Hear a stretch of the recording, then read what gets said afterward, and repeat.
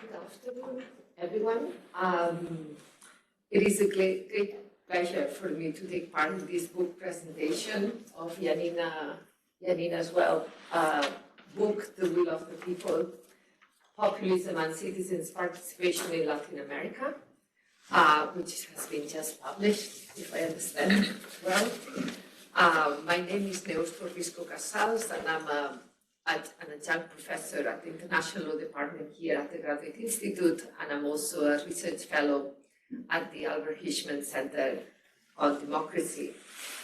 But here, what I'm going to do is just to introduce the author of the book, Yanina, and then the two commentators on the book, and then we'll try to give you, I hope, 10 minutes each is good, just Yanina to present the book and our commentators to give comments to the book, and then hopefully we'll have some time as well for questions from the audience and also for some debates.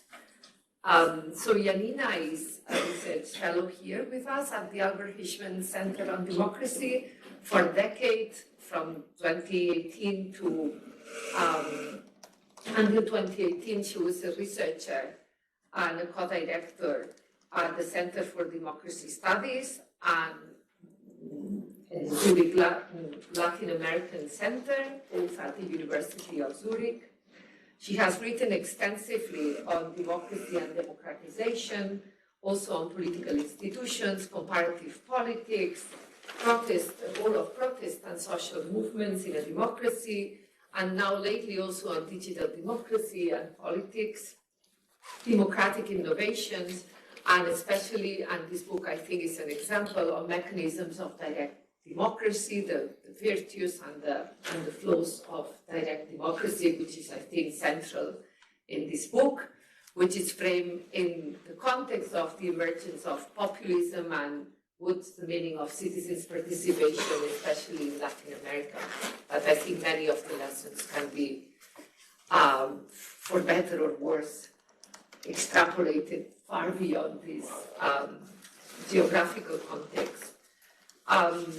So to comment on the book, we have Mark Hofti. He's a professor in development studies here also at the Graduate Institute. He has a PhD in international relations and also has training in political economy and anthropology. Mark's work focuses also on Latin America, mainly on environmental protection and governance in the context of debates on biodiversity and also natural resources, seen from environmental history and political ecology. His current projects are centered around the lithium product chain.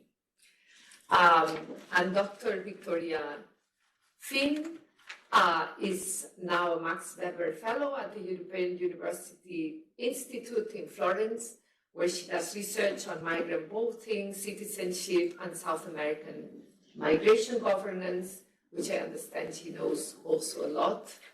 And this year, Vicky has received the American Political Science Association Award to the best dissertation on migration and citizenship. Congratulations, by the way. And without any more introductions, I think I should pass on the word to Yanina so that she can tell us more about her book. Thank you.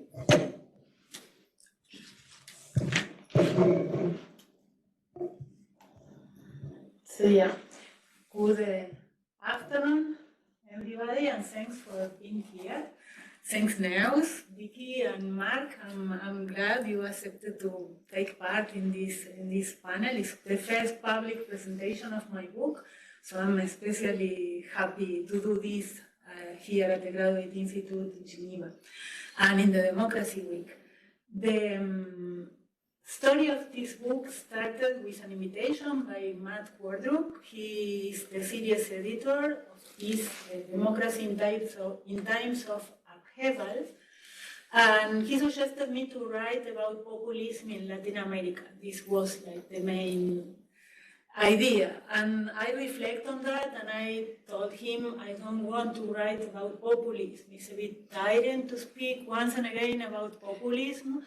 And my feeling is that populism, or especially the focus on populist leaders, is hiding the discussion we should have, which is why they are succeeding and what's wrong in the system. And I think this is valid for Latin America, but also for Europe.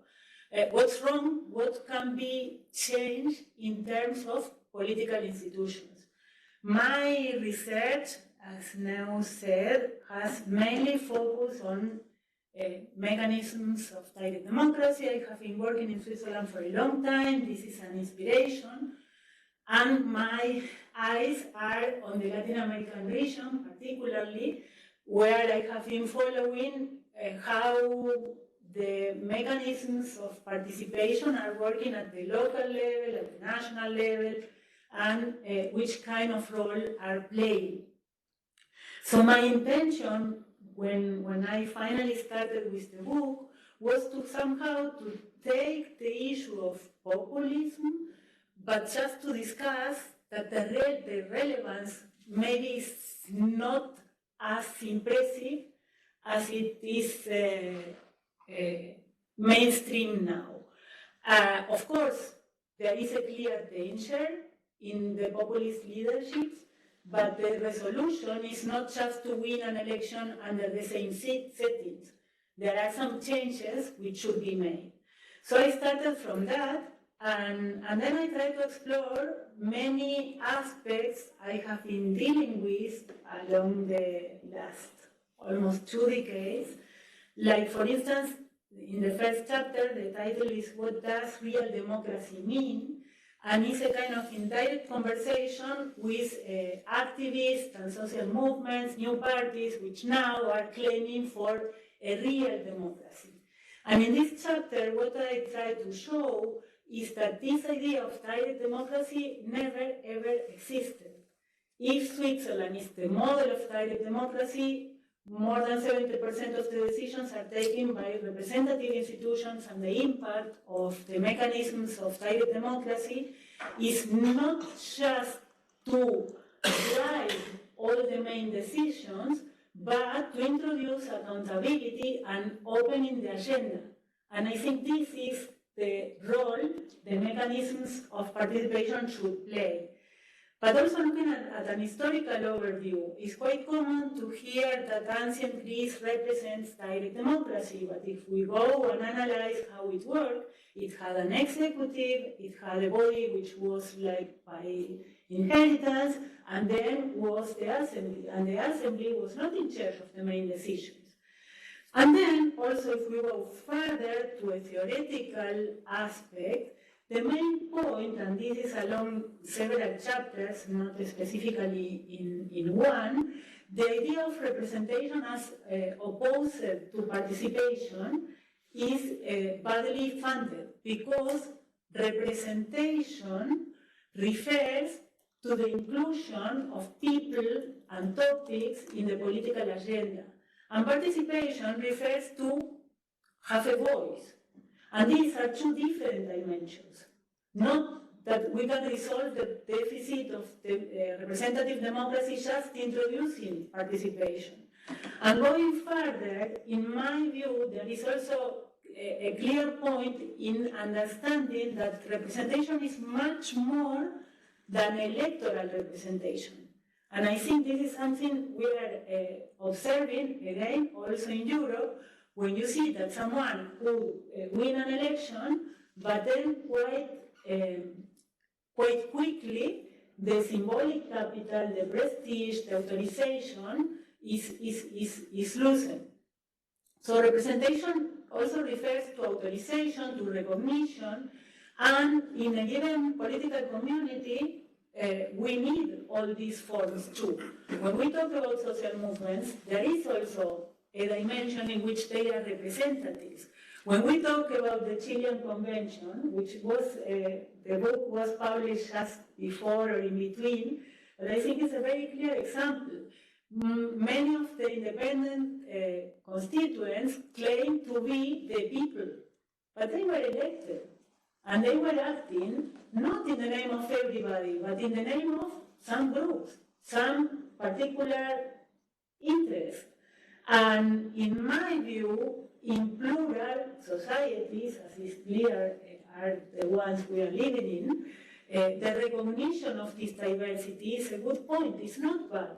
So what we need is better methods to resolve the conflict.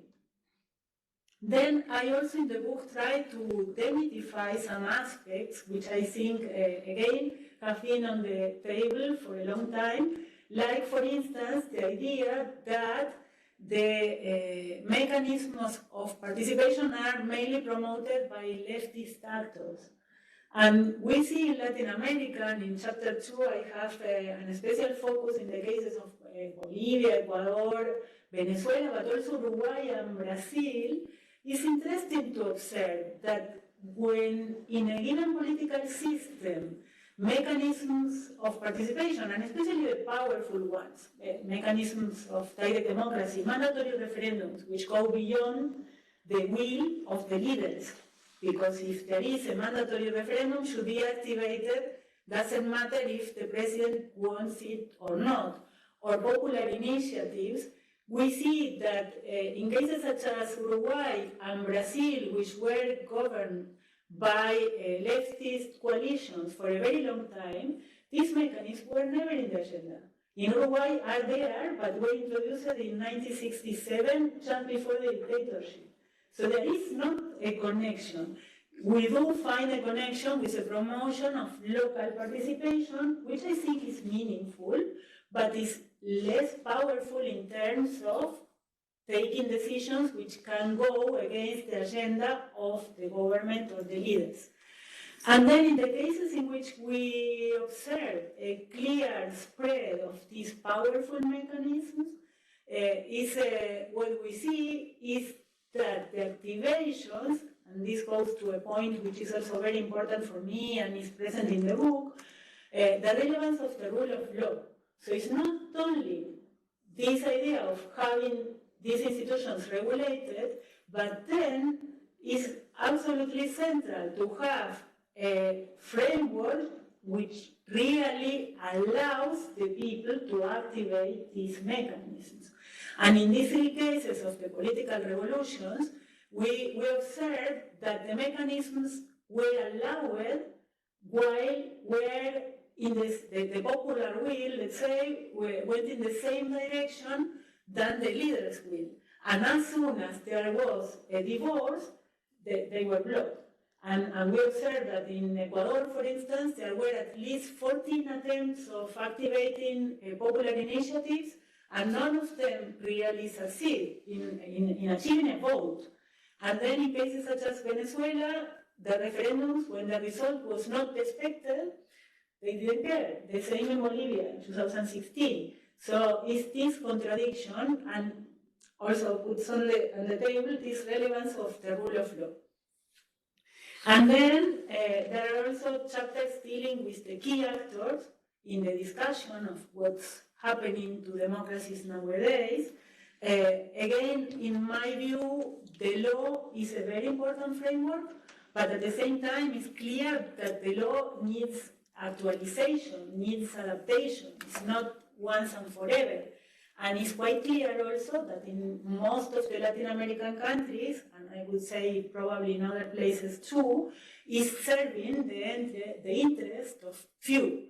And this resistance to adapt the institutions, to change it, produces also the emergence of these populist leaders.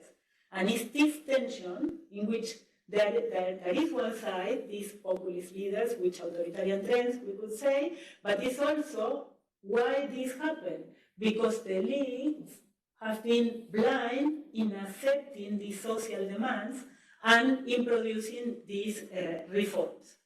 So there is a chapter devoted to populism, of course, and of course I'm from Argentina, and I have some pages talking about Perón and the Peronismo, which I think is a very special case also to see how these populist leaders, particularly in the case of Perón, played a role in opening the social welfare. Nothing like that had happened before in Argentina. With Perón, all this agenda was included working rights, education, etc., a long list of rights, very positive, but at the same time eroding the institutional checks and balances and concentrating power. So this tension, I think, is crucial. There is a chapter also on elites, on political parties. Now I keep working on that. I think it's a real tension on the role played by political parties. Political parties, in my view, are central to sustain democracies in nation states as the ones we are living in, but at the same time, the incentives they have, and in this chapter I deal more with mass media, also political communication. The incentives are to achieve power or keep power. And in doing that, the communicational strategies are first. So attacking the opposition or the opposition attacking the government. And Switzerland is a different environment, but in Latin American countries it's quite common that what the government is proposing today, the opposition is rejecting, despite 5 years ago was the opposite positions with similar ideas. No? And in this tension, I think governance is the real loser, and I'm quite convinced that introducing mandatory mechanisms of direct democracy, mandatory referendums, and popular initiatives could change these settings. For instance, I think if decisions which are of fundamental relevance for the political community in the present and in the future, like lithium extraction, for instance, are taken and ratified in a popular referendum, the discussion is completely different, because it's not a fight between the political parties, but a question of really looking at what's the best for the country and which kind of argument should be provided. And the same, for instance, with negotiation of external debt. Of course, I'm not naive. I know that this is difficult, but I'm also convinced that it's necessary. What we are facing is an erosion of all the dimensions of democracy, and something needs to be done. And I think one danger is also to expect and stress too much on magic solutions. And this is coming from the populist leaderships, but also on some social movements with which I could feel some affinity in the goals and expectancies, but are like just expecting that, for instance, introducing sorted assemblies to select governments, etc., all will be resolved. There is no magic solution. Time is really important, patience is important, the narratives are central also, and I also think that the idea of what is a political community matters, and is something that is a bit lost in the current discussion. We have more and more sectorial claims, gender issues, indigenous, etc., which are also central. I think reparation is required, but if all these claims are not included in a narrative about the political community, then again the far-right and populist claims win space, because they do have a very clear narrative on what is the nation. Exclusive and negative in many sense, but quite clear. So I think this dispute is also something that should be present. And then I also have to finalize a chapter on feminism and populism, where I wonder if feminism could be an answer to populism. And I was aware, Meloni had not win the elections yet, but I was aware of her presence, and I was analyzing also, because this is interesting in Europe and in Western highly developed countries, how this political projects are more and more led by females. So I see there is a clear tension, because there is a tension from these populist proposals against the progressive agenda, feminist agenda, LGTBI, etc. But I think feminism is also a plurality of meanings, which, yeah, I mean, I would like to say yes, could be a solution, but clearly this is not what I found in my read. And I think this is more or less an overview of what the book offers. Thank you very much, Yanina. I think it was very clear and very a great summary. So that now I think we could I could pass on the floor to Mark. I don't know if I can. Yes, please. I think we have to for the recording. I should use the mic. Thank you. It is a very dense book. I had pleasure reading many of the parts. I browse others, but as was asked, no, I concentrated on some chapters.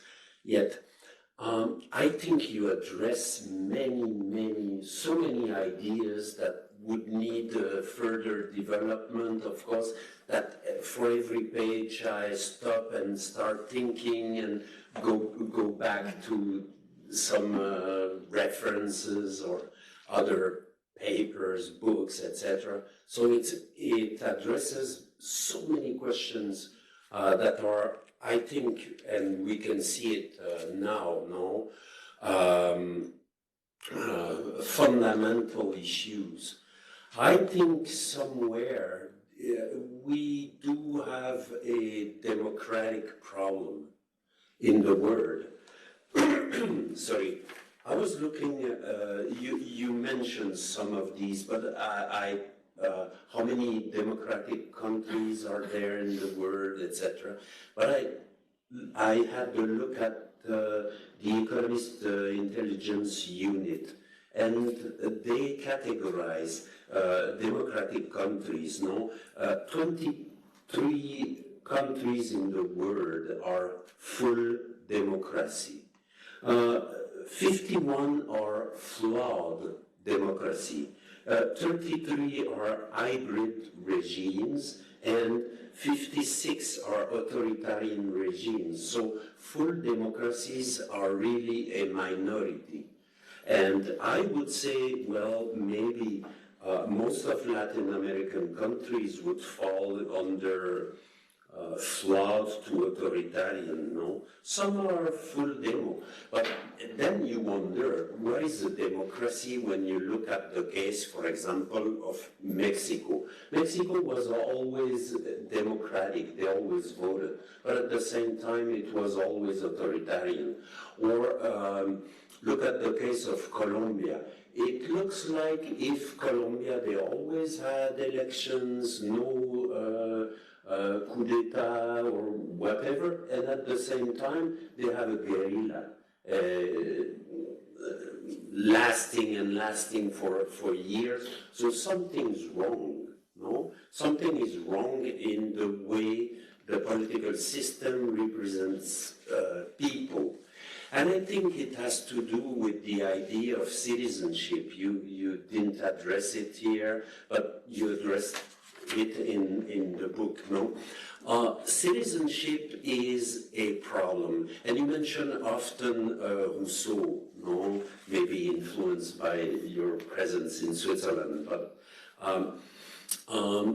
Rousseau said at some point that citizenship cannot be if it is not active, that is participatory.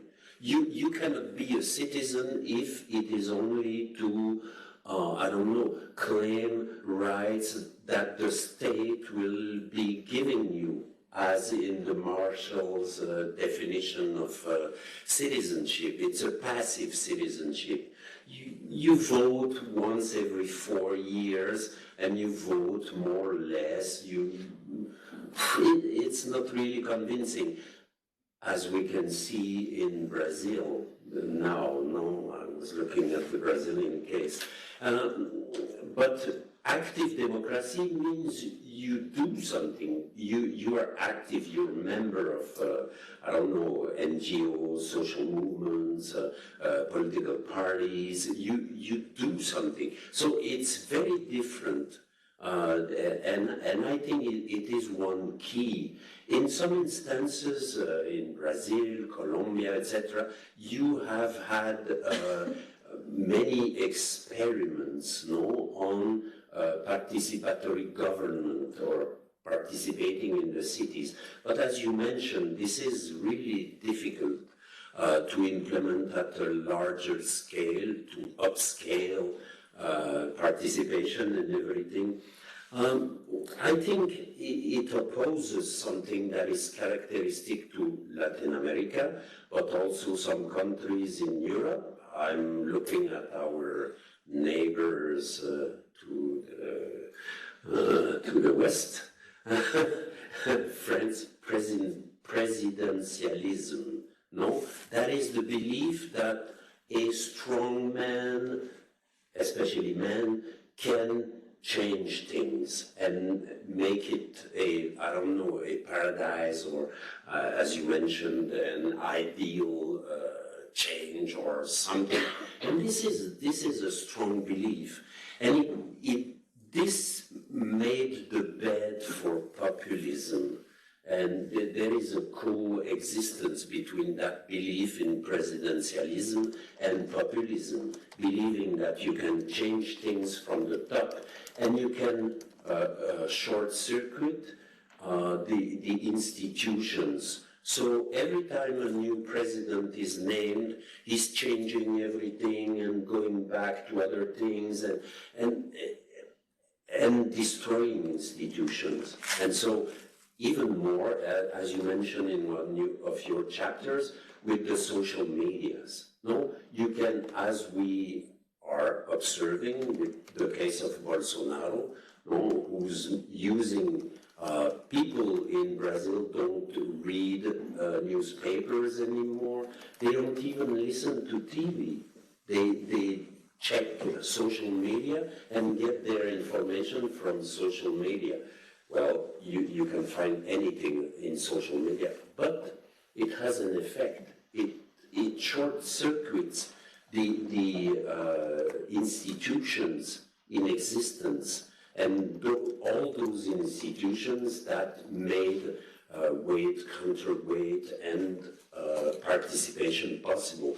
And this is a major problem, an issue that we will have to address at some point, that delegitimation of institutions through this direct contact, which is a characteristic of populism, addressing directly the crowd without doing it through institutions. I mean political institutions.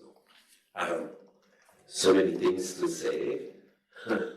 Maybe I'm done with my 10 minutes for a while.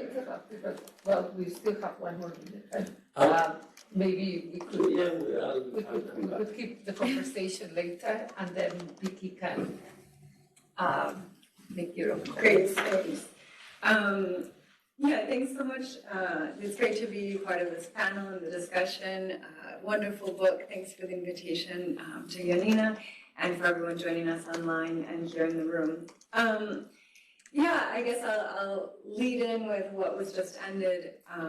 Yeah, I mean, I think the book a lot, like the citizens are participating, and this is what, we see in social movements, and they're on the street and protest and trying they're following politics, they are trying to gain information. But I think the point of the book is then, like, where does that participation lead to? And then how is it being influenced by populist leaders? And I just wanted to start with a small quote that I really liked in the book. It's kind of at the intersection of ethnicity, race, and socioeconomic status. So it goes as this. It's highly illustrative to see how many Latin American countries, with majority of their populations of indigenous origin, have been governed almost entirely by wealthy white elites with high education in contexts in which access to education is exclusive.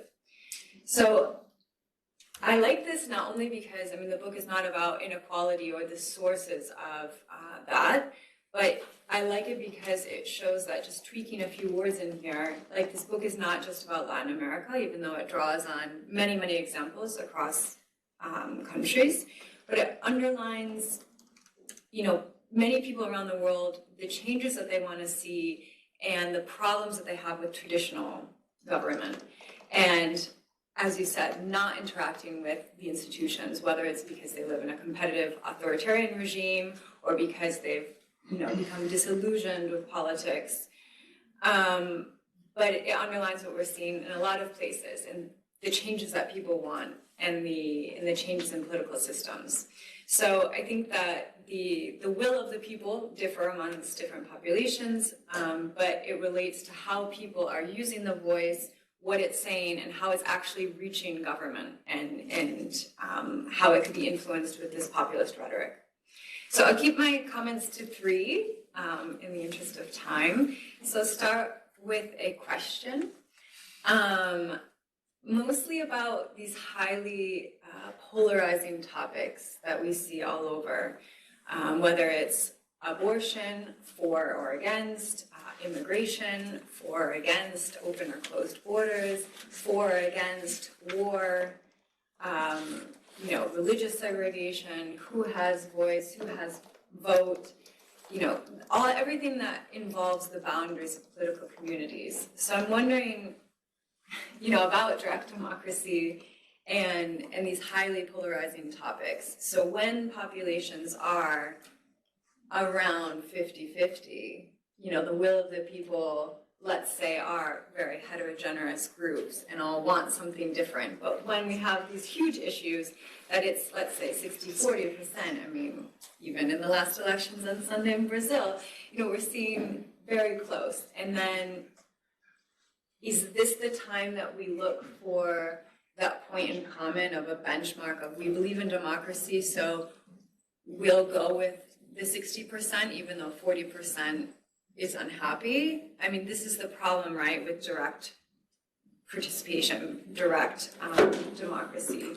Are we going to accept a leader that 60% have voted for, even though maybe that was just because it was the least worst of the options? So maybe you could expand a little bit on this of like, how do we tolerate those with opposing views on these very pressing issues in the world today, especially if we consider it non-liberal positions? How far does tolerance go when it comes to leadership? And maybe you can draw on examples I think you have in the book, just to share with the audience.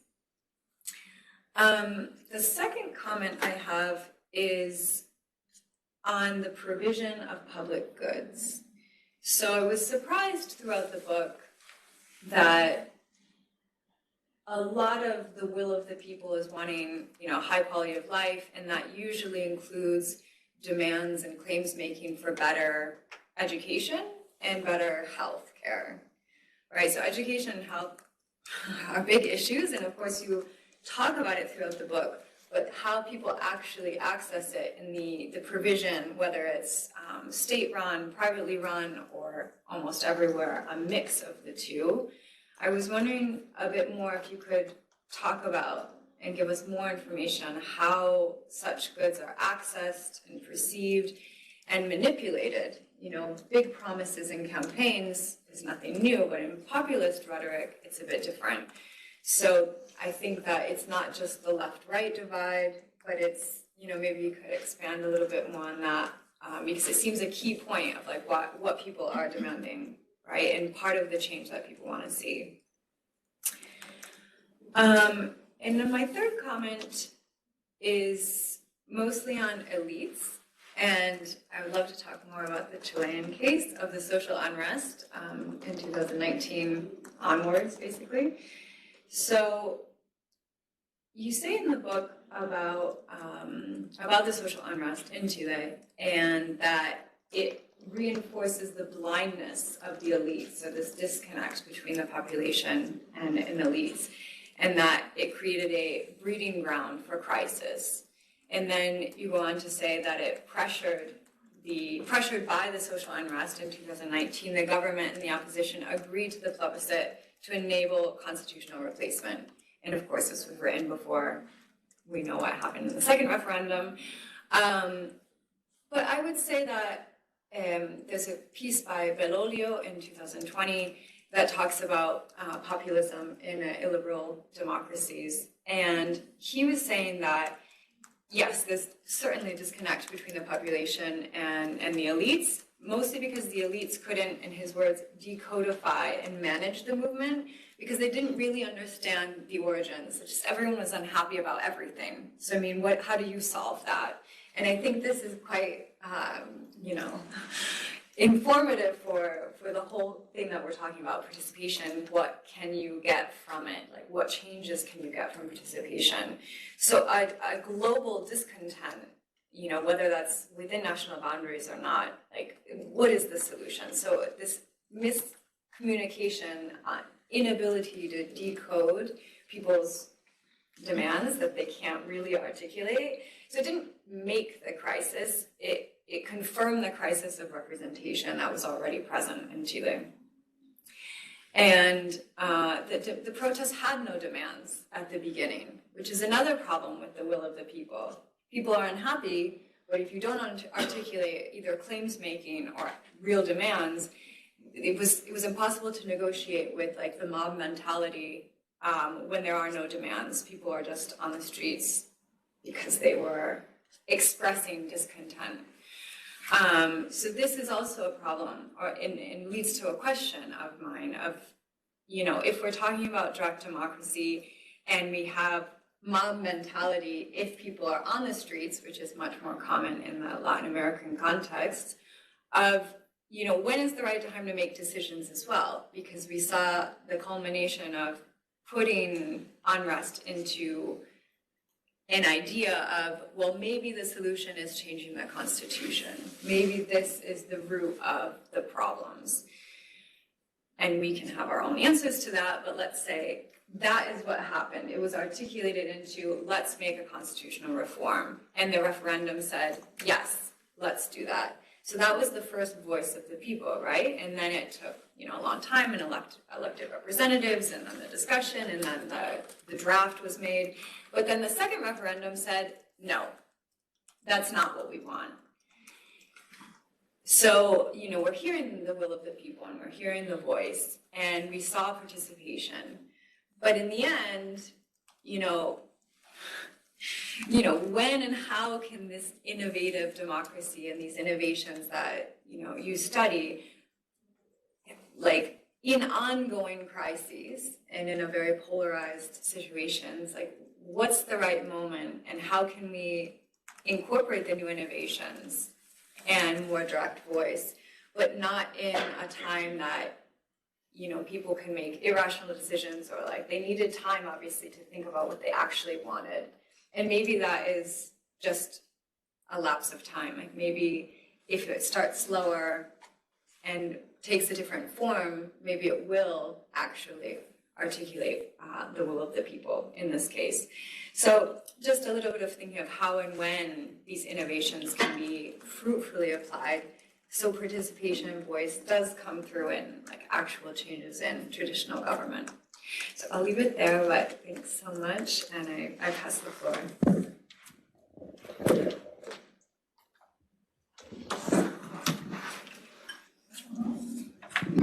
Okay, thank you very much to both of you, I think, for very, very insightful comments. And perhaps before opening the floor, we can just give back the word to Yanina in case you want to engage into this, with some of these comments, and therefore we can open a broader conversation about the book. Yes, thank you for the comments and the questions. Inspiring also. Yeah, I think, Mark, you stress on legitimacy, and I think it's clearly connected with your first question on what we do with highly polarizing topics. I think Yeah, this is interesting because now we are facing the idea that the elections are like more and more polarized, and there are different ways of measuring polarization. In Brazil, the election is not because of the distance between one candidate and the other, which I think is like 7 million votes and 8%, but because of the affective distance between one group and the other, the violence this is generating. So this is a problem which goes beyond any discussion on democratic innovations. And of course, there is a possibility of thinking in these innovations to contribute to change the thing. But the starting point with any discussion on institutional change is who has the power to do this institutional change. And the power to do this institutional change is in hands of the people. If Bolsonaro wins, he probably won't be like really wishing to change the things to decrease polarization. And this is part of the structural problem with the incentives I'm describing. And when this goes so extreme, it's really difficult to think in how to go back. Because it's not an issue of one solution. We have to talk about the media, the mass media, the social networks, education, but all these ambits are also completely part of this dispute. This education now is a hot topic for all these political disputes. So it's a kind of grab to some way, in varying problems with that. If we move from parties to the discussion of topics, I think it's different. Then there are a bit more room to think that some issues, not in Brazil, I would say, now, but in other cases, I think in Argentina, for instance, to discuss about the glaciares, which is a hot topic now, or which matters for many people, probably there is still room for this conversation. And this connects to the second point on public goods. I'm not dealing with this in the book much, but I think it's central. And it's central and goes in the same direction of my intuition with what it means to be part of a political community. Because we are living, in general, I would say, in some places more than in others, a privatization of more and more privatization of what in the past was more in public hands. This is clear for health and education, and the same is for countries like Spain, right? Some years ago, maybe during the transition, the public education and health, public health, had a value which now is not the same. And if I think in Argentina, which is the typical country in which the public sector had a very prominent role, now the surveys are talking that this is each time more a controversial issue. So I think it also contributes to this discussion and to polarization. And then finally, with the discussion on elites, this chapter, I think it's chapter 5, is a direct discussion with the book by Levitsky and Ziblatt, How Democracies Die, because in the book it's focused mainly in the US, but they offer Chile as an example, like as a counter-example, the good one. And yeah, the book was published, and then the upheaval came showing like the opposite, that this elite's blindness was part of the problem. So, yeah, I think in the case of Chile, it's quite clear the institutional part, because the constitution is a problem in the sense that doesn't matter much who wins the election if the majority is required to change ordinary laws are just preventing these changes. And that's why the constitution is the problem. But then we could discuss more if there were demands, because in my view, there were many sectorial demands quite clear from 2009, more or less. We can follow. Okay, so perhaps before just for a minute, before opening the floor to questions and to enriching the debate, let me just overstep a moment my role of moderator, as I also read the book and had some comments to make. Just to point out a theme that I think is, of course, for me, central, as I'm a human rights professor and I've also been involved in activism and strategic litigation for minority rights. And from my perspective, from a lawyer's perspective, an international lawyer's form of approaching the issue of populism, I think one of the problems is that populism, we don't know if it's an expression of democracy or a form of subverting democracy. And I think this tension to me lies throughout the book when I read it, right? This populism, as it's claimed by populists, a form of enhancing a more direct form of democracy and, overcoming the limitations of representation, or on the other hand, is having an impact on the backlash of democracy when you take into account a much more sophisticated idea of representation, such as the one that you explicitly defend, in a sense, in the book, that is much more institutional as well, so having an emphasis on institutions.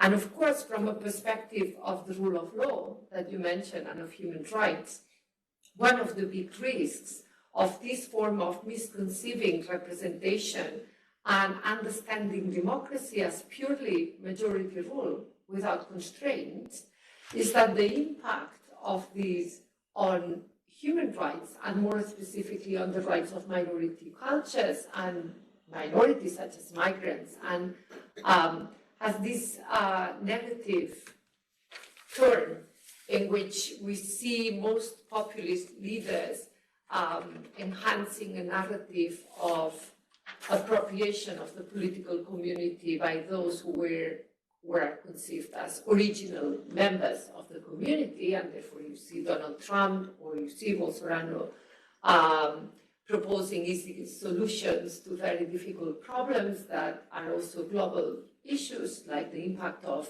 neoliberalism in our social structures, and then they suggest, so let's build walls.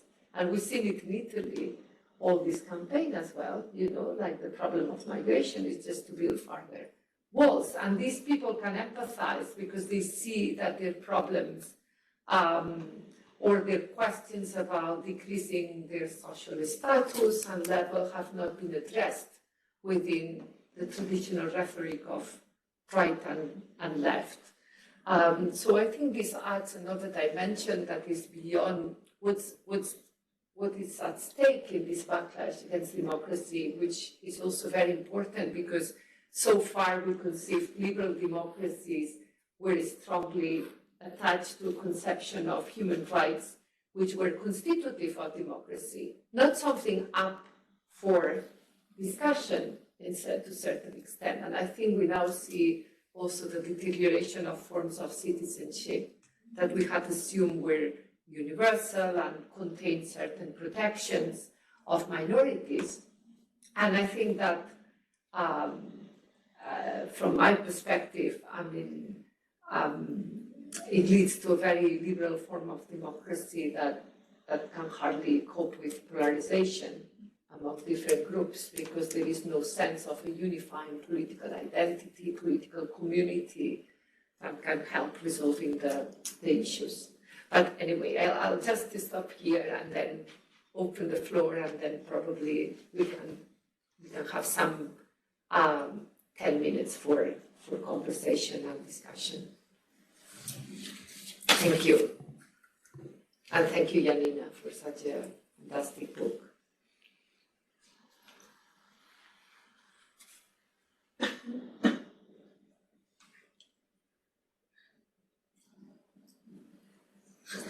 Thank you very much.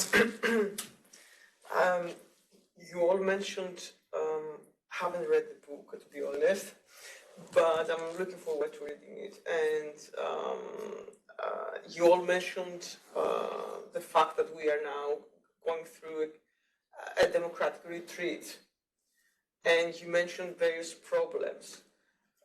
What is the most important reason, in your view, for that democratic retreat? Is it populism, or is it a combination of reasons? Is it only one reason? I don't know what Nels, Vicky, and Mark think, but in my view, yeah, to answer the question, the first we have to think is how we define relevance.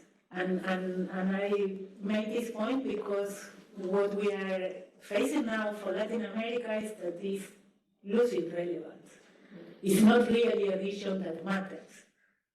I mean, maybe Brazil is to somehow an exception, but in general, the region is not highly relevant. I mean, no. How much affects to the world that Nicaragua is a dictatorship? How much affects the world that China is a dictatorship, which of course is nothing new on that, but India.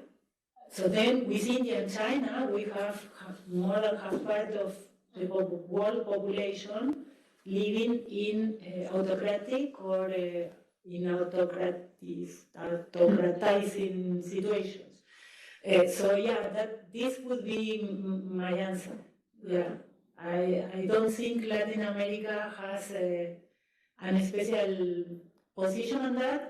Although at the same time, I'm taking on one of your comments, which I think is interesting, and in the book is to somehow present, but it's something that I'm reflecting a lot for a long time, is with indicators. Because, yeah, you are right, if we look carefully at the democracies in Latin America, although if we look at the Economist Unit or Freedom House, Mexico was not considered democratic because there was competition, but was not competition, was just a formality. And Colombia is a controversial case, probably because the economy with liberal was not so highly penalized, and this is a concern. But if we move to other places, Spain also had terrorism till recently. So it's an issue with the indicators also, because these indicators are focusing too much on some dimensions of institutional performance and nothing about the outcomes and many other indicators which are also controversial. So I think we also need a discussion on the meanings of democracy, which is a dangerous one because it opens the door to Cuba saying we are a real democracy, or China publishing the white paper on a democracy that really works. I mean, it happened in last December or January. So, yeah, my reflection. Somebody else? No? Do you want to? It made me think, I wanted to come back on one of your comments, and it also has to do with one of your questions. See, Peron gave the people what they expected. No, he was a dictator. So there is no connection between people getting, let's say, concrete advantages like holidays, 40 hours a week, etc., and democracy. So democracy is not automatically the best system in the view of these people. They will follow a strong leader with many promises. So that's a major issue, I would say. It creates strong people. Look at the case of Bolivia. No, you have many pages on Bolivia, because Bolivia is a political laboratory, historically speaking, and nowadays.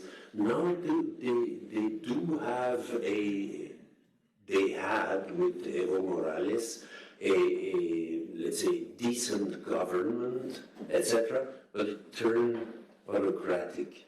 That's, yeah, and it gave people what they expected, no? And this is due to the gas, of course, selling gas, so having the means, but some have the means and do nothing with it, like Venezuela. Yeah. So there is no straightforward connection between the type of regime and the expectations of the population. It's not connected. Thanks so much. Yeah, I agree with the last points as well. I mean, the benevolent dictator can obviously lead well a state, and all can go well, but if we're talking about democracy and what is the main problem, going to Maria's question, I mean, part of the problem is that everyone has a different idea of what democracy means, and overall the backsliding, I mean, there's lots of theories and aspects to it, but people are disappointed or disillusioned with promises of democracy, and that's because everyone understands differently what it means to be a citizen, who has access to rights, who's considered a minority, who belongs. So I mean, like, all of these topics are in the book. And yeah, I mean, there's definitely no easy solutions, but I think this being disenchanted or disillusioned or disappointed with what people expected democracy to give them, and maybe it's because it's flawed democracy, or maybe it's because, you know, et cetera, of how it actually plays out. But I think that the institutional changes are at the core, as I think Yanina argues well in the book, that without institutional changes, I mean, traditional government and then how people want to see things run, you know, there's a disconnect. So the state and the people and the participation need to come together. And that will look differently in different contexts. But I'll leave it there. Thanks.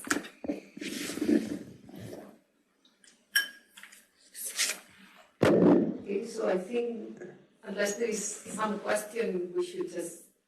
Okay, very good.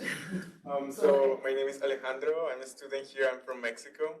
So I have a question about direct democracy and mechanisms of direct democracy. So Mexico, for example, just had 2 referendums over the last 2 years, national referendums, which I think you could consider an example of Mexico trying to enter the world of direct democracy. And these 2 referendums were widely criticized for a variety of reasons.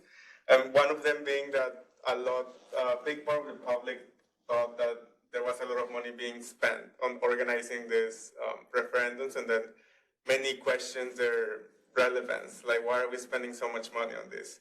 So I was wondering if there are other forms of mechanisms that find a compromise that maybe are not as elaborate, but it's maybe a stepping stone towards the direction of more participatory democracy.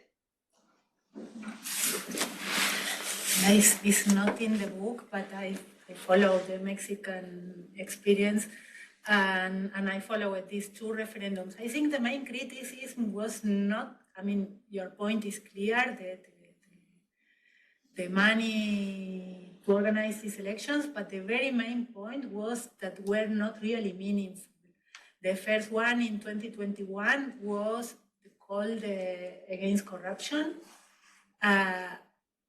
And yeah, I mean, you really need to ask the people if they are against corruption. The main criticism, there are several, and I wrote for Swiss Info an analysis of that, was that there wasn't a clear mandate. So you have to decide something, and something that needs to be controversial. And if there is no controversy, why you have to activate the referendum?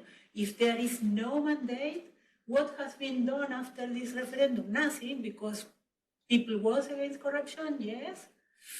was addressed to the opposition. The former opposition was really just for mobilization, and even really didn't work as mobilization because the turnout was quite low.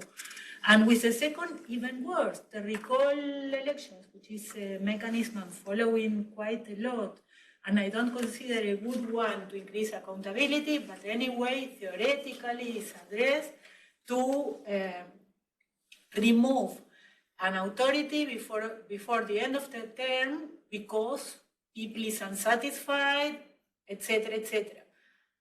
But we had the president activating the referendum. So no way was again to show that he had huge support. And again, didn't work. It was a waste of money and time because the turnout was very low.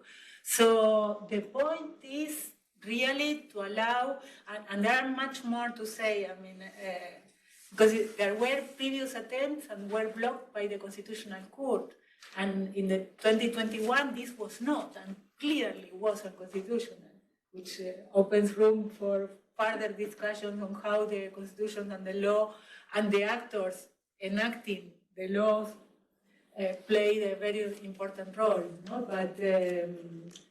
But yeah, I think mandatory mechanism, I don't know why this is not included in the Mexican Constitution. If everybody who has been studying that for a long time suggests that, and if Mexico claims that it's looking at Switzerland or Uruguay as good examples, but the mandatory referendum is not included, and the popular initiative is included, but still there are other bodies having quite important power to block the initiatives. Okay, thank you very much to all. Oh, sorry. No problem. I didn't see you behind. So in line with what I think we still have, but we need to be just very fast. We have. Oh, right. Then I will be very concise. As a Swiss person, I have two questions. First of all, theoretically, how scalable is the Swiss democracy, semi-direct democracy model for other developed states like Europe or the US? And then how applicable is it to the context of, for example, Latin America, where there's less state capacity maybe? Yeah, I really think in the Swiss model as inspiration. I think the mandatory referendum, clearly you can somehow take the institution and introduce it without much problems. But then when you go to other institutions, context matters, and it's more than thinking in the popular initiative or the constitutional, we could say, yeah, let's go for that. In fact, I was following the convention in Chile, and my suggestion was to include these mechanisms, which were in discussion in several commissions. But it's then the number of signatures, the time given, the representation of regions, because I remember to have also discussions with other people from Switzerland promoting the model on the number of signatures, for instance, with the idea that you have to go very low in the number of signatures to allow the activation. And this is controversial because we all know that to engage in something like that, you need time, resources, knowledge, and who has that? Not the poor and vulnerable people. So if you go to highly divided societies and you introduce a mechanism, you can even reinforce more so it's inspiration, but and even if we say, or if I said, yes, you can go for that, I think, and I finish with that, political institutions should be considered in a systemic way. It's not about introduce something.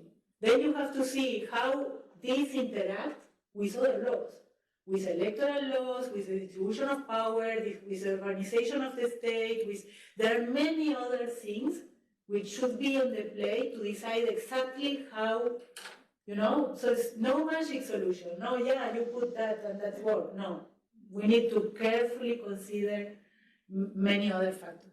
But thanks for the question. Thank you. So now, yes, thanks all for attending this event and for listening to the discussion. I hope, with lots of ideas and questions that have been raised here to Yanina, but in general, stirs your curiosity about the book, which is really a great book, and it illuminates many of the debates just beyond the context of the title, I think, and they are very relevant for many of existentially important for our democratic coexistence today. So thank you very much, and we just finish here. Thank you, Yanina.